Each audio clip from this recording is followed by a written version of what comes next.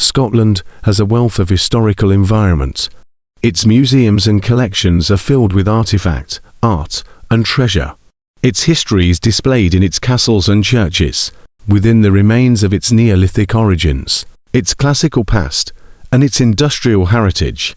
However, there is much still interred in the ground, hidden history. But not all unrevealed history lies buried deep in the earth. Some remains unseen due to antiquarian misunderstanding and the corruption of history they leave behind. Scotland's earliest religious knights and their artifacts are such hidden history, hidden in plain sight, undiscovered for want of scholarly consideration.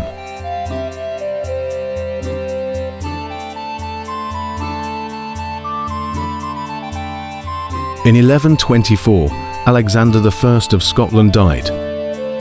David, his younger brother, was urged to take the Scottish throne. Dubbed Prince of the Cumbrians, he had the backing of Henry I of England. David had been exiled to England in 1093, and since around 1100 had become a dependent at the English court. Therefore, in 1124, David travelled to Scotland. He was accompanied by a long-term friend and ally from the court of Henry I, Robert Lerish, Lord of Hatton de Cleveland. Robert, also known as Robert de Maulle, was held in high regard by David, and as newly crowned King of the Scots, David granted Robert Lerish a barony in Midlothian. In 1128, Hugh de Payens, Master of Templars, visited Scotland to procure resources for the Templar cause in the Holy Land. King David gifted money, and his vassals responded to Hugh de Payens' petition. Midlothian became the focus of the Knights Templar First land holdings, with a preceptory created at its centre. David's support for the Templars and the Crusades was unquestionable. A contemporary witness, Aelred, testified Templars closely surrounded the king corresponding regularly with Bernard de Clairvaux, one of the principal architects of the Templar order. Robert Lerish of Midlothian is thought to have died around 1130, but before he died, he relinquished his Yorkshire titles to his brother, and his Midlothian barony to another unknown beneficiary. Robert chose not to leave his lands as inheritance to his sons. Instead, his adolescent children, William and Roger, were destined to serve the church. In 1138, William Lerish, as a young man, won his spurs in King David's northern campaigns. Acknowledged for his bravery at the Battle of the Standard, William was awarded the barony of Fowlis in Perthshire. By 1141, William is recognised as a knight. Witness to royal charter, he carries the title Masculus, a title carried by 11th and 12th century secular clerics and secular canons. It is a term recognised in antiquity, describing the ideal masculine attributes of the classical male and church expectation of a Christian knight. William shares his title with at least 6 other knights and family members on charter, as a religious confraternity or brotherhood of knights, while he remains recorded as Lord of Fowlis until his death before 1189, and recorded posthumously as Lord William, Knight.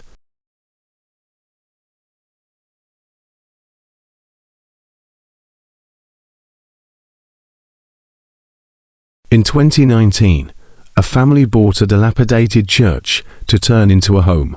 They hoped to lessen the risks by seeking a property that had already undergone the rigours of planning approval, building survey, archaeological inspection, and architectural consideration. However, after purchase, it soon became apparent the original owners and their agents neither understood nor researched the restrictions of the site, or deliberately withheld the critical issues from any sale. In amongst the misplay was the misidentification of the church bells by a 1920 Scottish governmental audit. Thus, The new owners, one a qualified forensic archaeologist, the other experienced in historical research, embarked on an examination of the bells, their sponsor, and the site. It was the first time the bells had been examined within a competent, collaborative investigation. During their research, the owners uncovered a catalogue of over 100 years of misinterpretation, incompetence, and negligence. Incontrovertibly, the two bells were sponsored by William Lerich. His name existed on an engraving, dated 1154, citing him head of the convent of Sacro-Nemor, and on a bell declaring him father and master over its community for 22 years. William's initials appeared on the second bell, a 12th century pattern bell bearing his personal armorial. William Lerich was thus confirmed a secular cleric, knight, father to a holy convent, and head of a religious community. However, to be styled knight, whilst recognized as head of a religious convent, William could only be a member of a religious military order. Only two military orders are recorded in Scotland at this time: the Knights of St. John, granted land in West Lothian, and the Knights Templar, centred in Midlothian. With William's father's bequest and connection to the king, it was certain a Templar's bells hung above the owners' heads, and beneath their feet lay remains of the former religious house of Sacro-Nemor, along with decorative stone from a dismantled Templar-built church.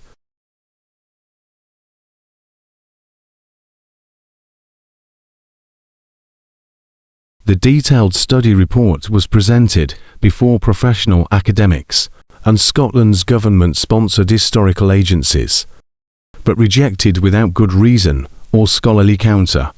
Despite dedicating 4 years of their lives to find out the truth, presenting their discovery via commendable investigation, the owners would be intentionally frustrated by conceit and obduracy.